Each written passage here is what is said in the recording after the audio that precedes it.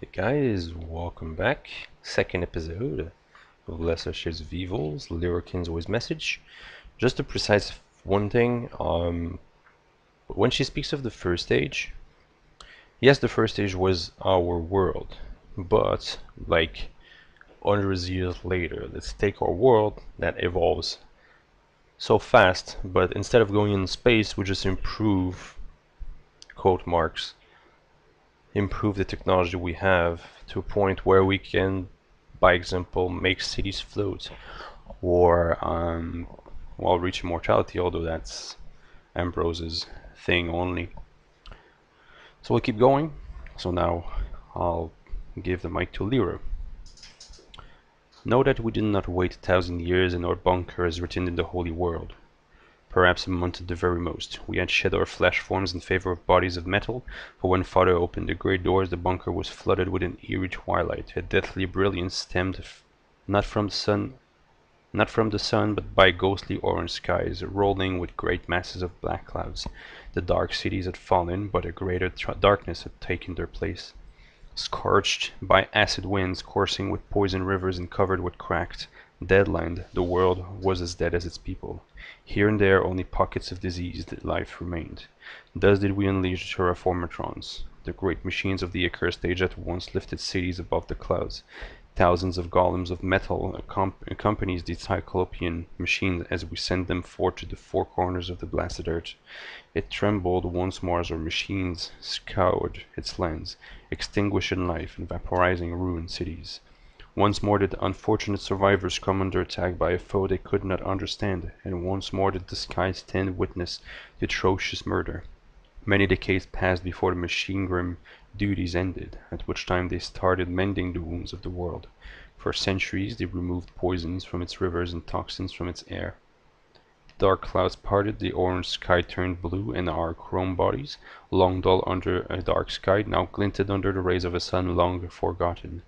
To our knees we fell in prayer. We had brought so much death to the world, was it not now proper for us to bring it life?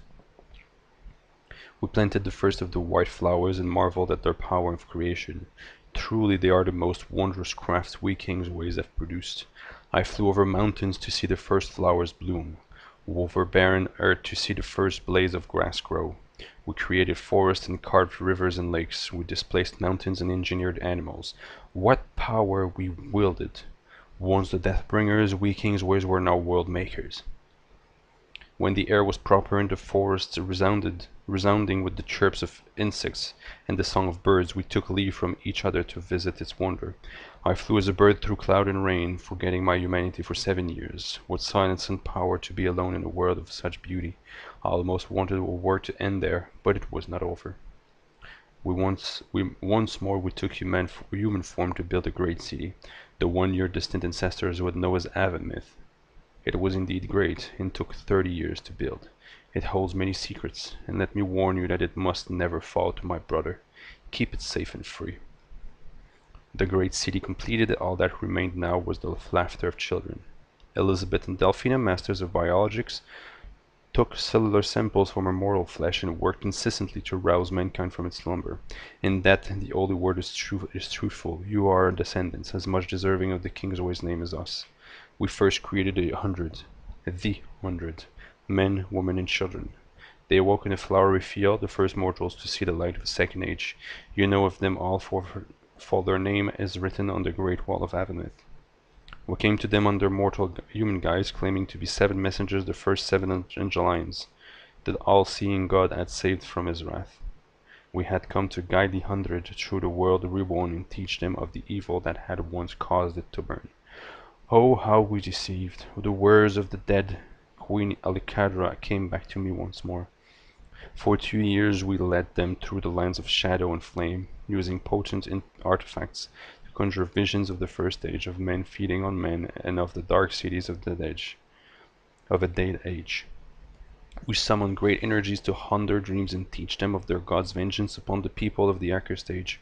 We tormented them with our left hand and with our right Bright One offered solace. Little did they know that it was their 7 guys who had destroyed that blasted age, and that we had roused them once more to make them live in the world of lies. I remember the wickedness of my sister and the tears of my mother, the cold indifference of my father and little brother, and the brooding silence of Eridan and Corvus. Corvus. How his eyes had changed since the death of the world. Already we had begun to grow apart. Yet our faith in the all-seeing was still strong, and so did we torture these innocents until they reached the silver and black gates of Avonmouth. Be thankful for these hundreds, and remember their names, for the wails they let out during their journey must still echo today in the farthest regions of the world. Within the sanctity of Avonmouth we taught our mortal children to read from its great wall, upon which was the holy word in gold upon black, etched not by the breath of the all-seeing, but by the machines of my father. It was no god that wrote the holy word, but rather Ambrose Kingsway. For the next decade the 100 learned to write the one language, learned of the 3 virtues of temperance, benevolence, and faith, learned how to grow food, build houses, how to count and pray. We were followed day and night, our every word pure gospel. When the first true crime was committed, the raping of Sada by Fermat, we taught the 100 the price of sin during 7 years. We brought disaster and desolation upon Avonmouth using our powerful machines, from unnatural storms and blighted lions to giant ravens and destroyers. We taught them fear.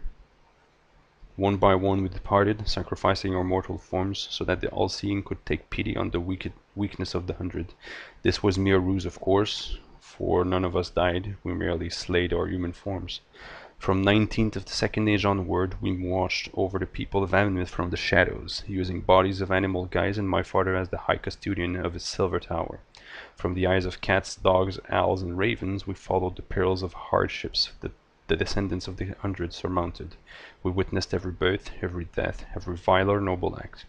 We punished those of sinful dispositions with premature demise, and blessed the virtuous with unusual long life and healthy lineage. Much happened in those days that mortals do not. Many men of evil fell during the night from our poison stings. Many virtuous wombs blossomed through... Sorry, I'm going to restart this. Many men of evil fell during the night from our poison stings. Many virtuous wombs blossomed through our potions. In those early years, when the people of the world were few, not a crime was committed that was not rightfully punished. We saw everything. 1,000 generations' worth of eugenics was accomplished in but a century.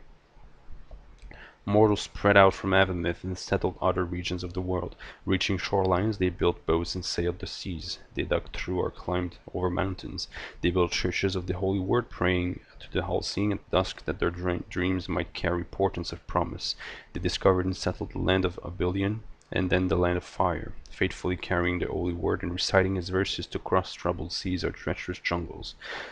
Far did they stay from the forbidden land and the great tower of Anacron, in which we resided and where our many machines lay hidden. As the decades turned into centuries, villages and towns multiplied and the population grew. When their sins proliferated, we would punish them as any angel god would. Delphina bred the dreaded black butterflies and used the body of the golden-skinned destroyer to bring ruin to the city of Barbarar. Or we incinerated the city of Tob from its floating tower, while father used powerful artifacts to lift vessels of Anar Crickwell from the seas and Apennon Mountain from the earth. Many died, and for a time we thought we could teach them using only terror. But what good would it serve to destroy cities and inspire fear when what our father wished for was to breed a more virtuous people? As the population grew beyond our powers of observation, we realized we needed more eyes and ears. Thus did we begin the search for the first of the Angelines, your kind, which would help us in making the second age a blessed one in which mortals could live in peace. We stalked mortal towns and cities looking for the greatest and noblest of people, the selfless champions of good. We selected carefully, and our chosen disappeared silently. Under the glare of moonlight, we flew from the mortal lands over oceans and mountains to reach the tower of Anacron, carrying in our arms sleeping mortals we wished to immortalize. These first Angelines awoke much like all of you did, inside new and youthful bodies and meadows of forests. From there they were guided back to the Tower of Anacron and surmounted many challenges. Those that failed or collapsed we destroyed, casting their essence into the fire pit.